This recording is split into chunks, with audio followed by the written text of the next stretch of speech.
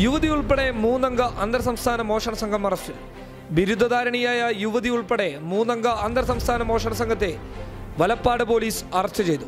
തൃശൂർ എടമുട്ടം സ്വദേശിനി കോടൂക്കൽ രശ്മി, ഭർത്താവ് കണ്ണൂർ പെരിങ്ങം സ്വദേശിയും കോയമ്പത്തൂർ കാമാച്ചിപുരം താമസക്കാരനുമായ ചെവിടിക്കുന്നിൽ ആച്ചി രാജേഷ്, കോഴിക്കോട് വടകര കാർത്തികപ്പള്ളി സ്വദേശിയും കോയമ്പത്തൂർ താമസക്കാരനുമായ ഓത്തങ്കൽ മണ്ടാപം മാക്കണിയിൽ അനീഷ് ബാബു എന്നിവരാണ് അറസ്റ്റിലായത്. കഴിഞ്ഞ ഏപ്രിൽ 8-ന് എടമുട്ടം വാഴൂർ ദിലീപിന്റെ വീട് കുത്തി തുറന്ന് കവർച്ച നടത്തിയ കേസിലാണ് അറസ്റ്റ്. രശ്മിയാണ് കവർച്ച ആസൂത്രണം ചെയ്തത്.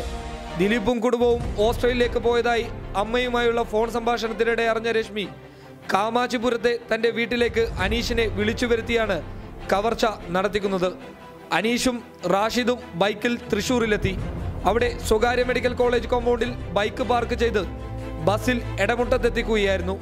വാഴൂർ ദിലീപിന്റെ വീടിന്റെ മുൻവശത്ത് മണിച്ചിത്രത്താഴ് തകർത്ത് laptop, mobile, camera, iPad, digital album, വിദേശ കറൻസികൾ എന്നിവ മോഷ്ടിച്ചു. വീട്ടിലെ പോർച്ചിൽ പാർക്ക് ചെയ്തിരുന്ന ഇലക്ട്രിക് സ്കൂട്ടറും മോഷ്ടിച്ച് മടങ്ങുകയായിരുന്നു. കാർ മോഷ്ടിക്കാൻ ശ്രമിച്ചെങ്കിലും ഓട്ടോമാറ്റിക് ആയതിനാൽ സ്റ്റാർട്ട് ചെയ്യാൻ അറിയാതെ ശ്രമം ഉപേക്ഷിക്കുകയായിരുന്നു. വീട്ടിലെ എല്ലാ അലമാരകളും കുത്തിപ്പൊളിക്കുകയും ചെയ്തു. പബ്ലിക് കേരള.